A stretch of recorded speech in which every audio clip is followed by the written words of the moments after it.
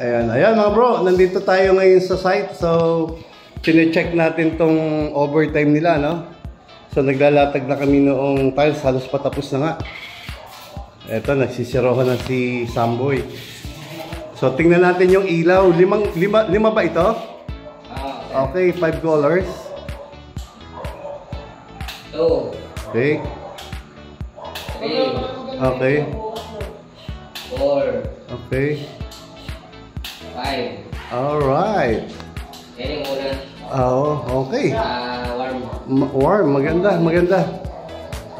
Okay. Warm, maganda rin yung isa. Yung cool. Yung all? Yun, yan. Para sa akin, ha. Pag yung may magbabasa ka ng libro, yan. Pag matutulog ka na yung isa, warm. Pag gusto mo magpaantok. Ayun po, skim code pa lang po ito, nakikita nyo. So, hindi pa po ito naliliham masyado, pero pantay na po siya. Makikita nyo naman dun sa wall.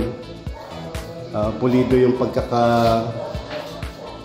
masilya. Dahil po yung aming plastering sa umpisa pa lang ay pulido na rin. Kaya pinakamahalaga po talaga pag magpapaplaster kayo. Doon pa lang sa plastering, dapat pulido na.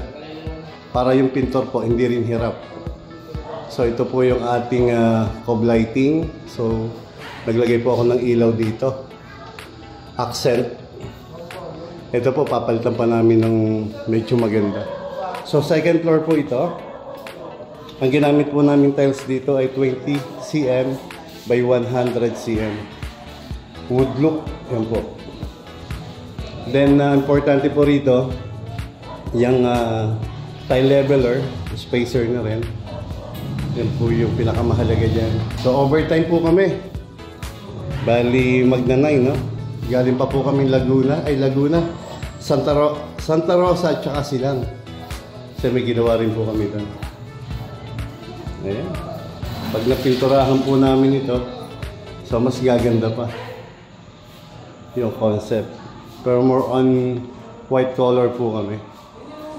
So ito yung hagdan natin. Naka-primer gray pa lang ito.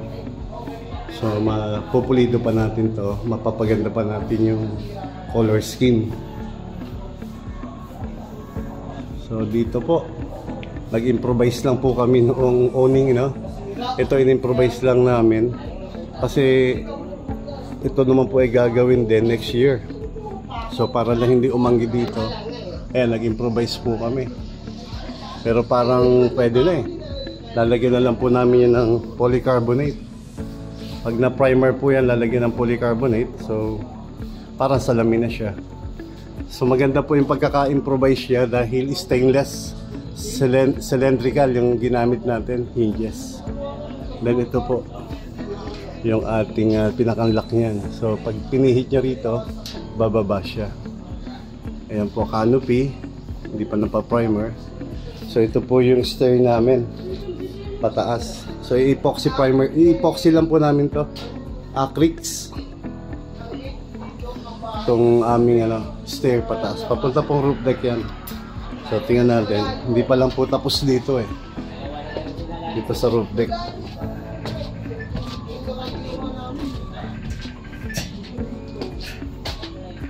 Oh, may tumatawag dito. Hindi pa lang po tapos to. Pinatigil ko muna. Pinauna ko yung second floor. Dati pong plano nito, dapat walang roofing. So nag-decide po akong bubungan. Ito, at malapit na. Konting kembot na lang. So uwi na muna tayo. So magnanay na. So ito naman yung ground floor. Ayan, nagpipintura na rin dito. So nahuli lang itong pagtatapping namin. Pero nakapag-skim coat na rin. Maganda rin dito yung liwanag nito. So ito po ay yun. Ayun, liwanag din. Bro. Then yung banyo nito, ayan. So makikita po natin yan after.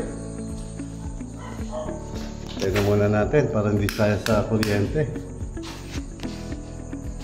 Ayan mga bro, maraming salamat po. Hanggang sa muli. Ito, hindi pa tapos to. So ito yung gate namin, no? Okay din siya. Ayan, double action po yan. Pwede maging sliding. Then, ayan. Dito niyo po siya bubuksan, no? So pag doon na kayo rito, ayan, sliding na siya.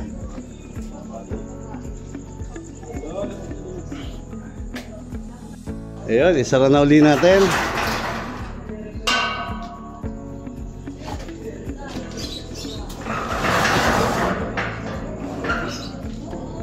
Ayan. Ayan, swing naman, ha? So pwede.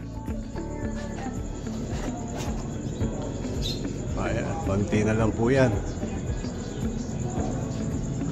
Bawas na tayo ng ilaw para hindi na po na. Ayun. So ito, kahit na nakabawas na siya, maliwanag pa rin. Alright, maganda rin po yung ano. Ayan. Maliwanag siya. Kung yan lang yung bukas, halimbawa. Ang maganda rito, yung privacy. Ayan, hindi masyadong kita dun sa loob. Ayan.